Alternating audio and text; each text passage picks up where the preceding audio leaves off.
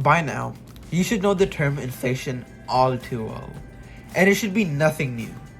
If you don't, keep your ears and eyes open during this video. Long story short, inflation is a rise in the level of prices for goods and services. A rise in inflation simply implies that more money is needed to buy the same thing, which is just a fancy way of expressing that the currency's purchasing power has decreased. We don't have to just sit here and tolerate it. Inflation can be fixed or reduced in a number of different ways. First, raising taxes would decrease people's purchasing powers. Second, higher interest rates can deter consumers from borrowing money. The third is a reduction in government spending. And finally, changing bank regulations can have an impact on the money supply.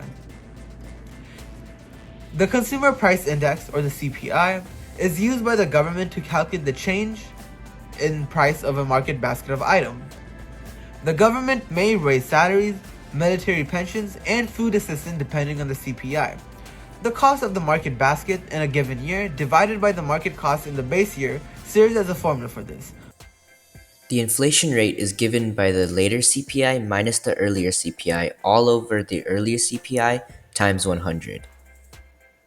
There are two types of GDP. The real GDP is adjusted for inflation, but the nominal GDP is not.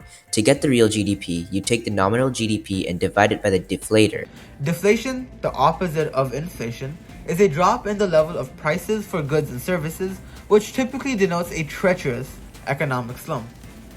Disinflation, on the other hand, is merely a decline in inflation and does not indicate an economic slowdown, which means our economy is safe and sound. There are two types of inflation. The first is cost-push inflation, which is due to production price increases.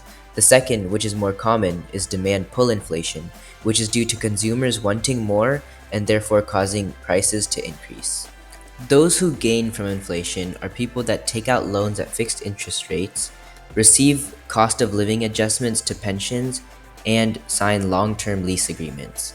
People that are harmed by inflation include people who lend money at fixed interest rates, people who put their money into a savings account and received a fixed interest rate on that, people living on fixed incomes, and people who take out loans with a variable interest rate.